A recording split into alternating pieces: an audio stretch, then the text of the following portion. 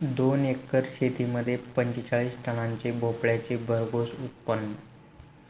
आजकाल शेती पिकवणे म्हणजे खूप कष्टप्रद काम झाले आहे. शेतीमध्ये वेळेवर घात साधणे अशी एक म्हण आहे.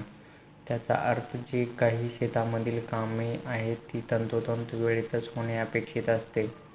त्यामध्ये थोडाही विलंब झाला तरीही होत्याचे नव्हते होऊन जाते. जर एखादा शेतकरी नियमितपणे घात साधत असेल, वेळच्या वेळी कामे करत असेल तर त्याला उच्च उत्पादन हाती येईल. पण संघटनाविना शेतकऱ्याचं आयुष्य कसले? पीक काढणीला आले आणि एखादी पावसाची सर येऊन गेली की मग मागील कित्येक महिने केलेल्या कष्टाची राख रांगोळी होते. त्यातूनही पीक वाचले तर बाजारात त्याला भाव मिळेल याची शाश्वती नाही. आज आपण अशाच एका शेतकऱ्याची आगळीवेगळी गोष्ट आपण ऐकणार आहोत. खामगाव हे बुलढाणा जिल्ह्यातील एक छोटासा तालुका आहे. तिथे श्री नितीन कालबांडे यांची शेती आहे. त्यांनी मे महिन्यात 2 एकर क्षेत्रावर भोपळ्याची लागवड करण्याचा निर्णय घेतला. भोपळ्याची लागवड करण्याआधी त्यांनी आपल्या शेतामध्ये काडी कचऱ्याचे विघटन करून तयार केलेले कंपोस्ट खत सर्वत्र पसरून घेतले.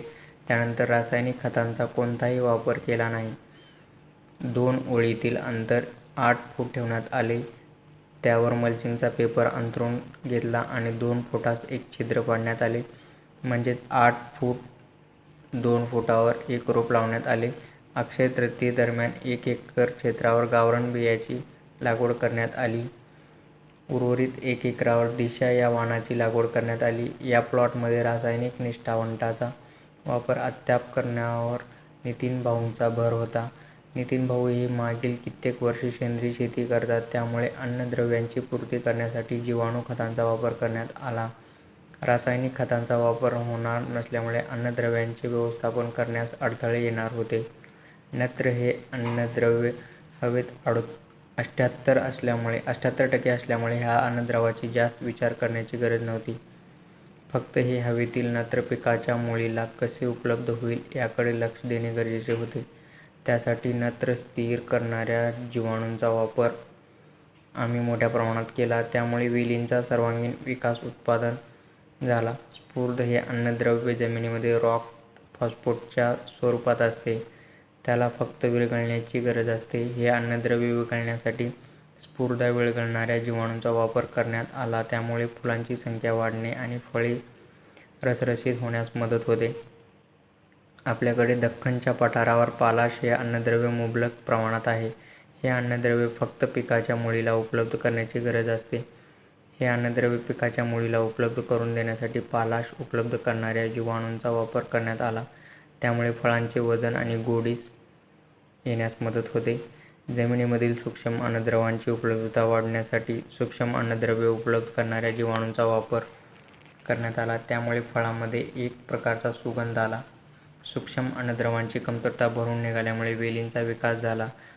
शिवाय सूक्ष्म अन्नद्रव्यांची कमतरता भरून काढण्यासाठी चिलेटेड स्वरूपातील सूक्ष्म अन्नद्रव्यांची कमतरता फवारणी करण्यात आली. या फवारणीमुळे सूक्ष्म अन्नद्रव्यांची गरज पूर्ण होते आणि कोणत्याही टॉनिक किंवा वाढवण्याची गरज भासली नाही. दुष्काळी परिस्थितीत या पिकाची लागवड झाल्यामुळे या पिकावर अजैविक ताण पडण्याची शक्यता होती.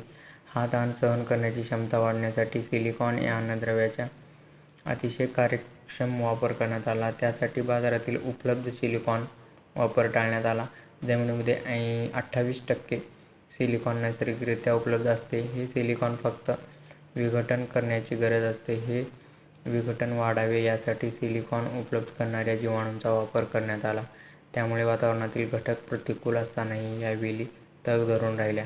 शेवटी कीड आणि रोग व्यवस्थापनासाठी जैविक कीटकनाशके जसे की बिवेरिया, मोटारिझम आणि व्हर्टिसिलाझम लेकिनीचा वापर करण्यात आला आणि या बुरशी नियंत्रणासाठी ट्रायकोडर्मा, सुडोमोनास आणि बॅसिलस या बुरशीनाशकांचा प्रतिबंध वापर करण्यात आला. एक आठवडा बुरशीनाशक तर पुढच्या आठवड्यात कीटकनाशक, त्याच्या पुढच्या आठवड्यात पुन्हा बुरशीनाशक अशी एकाआड फवारणी केली जात होती. त्यामुळे कीड आणि रोग नियंत्रणासाठी जास्ती कष्ट करण्याची गरज पडली नाही.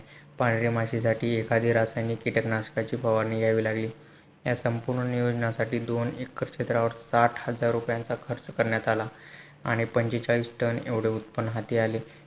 एक फळ जवळपास 24 किलोचे भरत होते. या प्लॉटमध्ये सेंद्रिय निष्ठवंटाचा वापर करण्यात आल्यामुळे पिकाची साठवणूक क्षमता वाढली. ज्यावेळी बाजारभाव कमी होत असे त्यावेळी फळांची काढणी करून त्यांची साठवणूक करण्यात येत असे. ज्यावेळी बाजारभाव सुधारण होत आहे असे दिसले की त्यावेळी ही फळे विक्रीसाठी उपलब्ध करण्यात येत असत.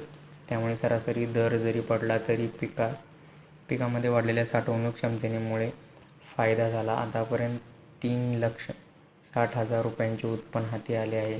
नितीन भाऊंनी नियोजनपूर्वक कामाची आखणी केल्यामुळे त्यांना ह्या क्षेत्रामधून भरघोस उत्पन्न आणि उत्पादन काढण्यात यश आले. ज्या विभागात एकरी 12 ते 13 टन भोपळ्याचे उत्पन्न घेणे म्हणजेच अत्युच्च उत्पादन घेणे असे समीकरण होते, तिथे एकरी 22 टन उत्पादन हाती आले. तंत्रज्ञानाचा वापर करून दादांनी वेळोवेळी घात साधली असेच म्हणावं लागेल.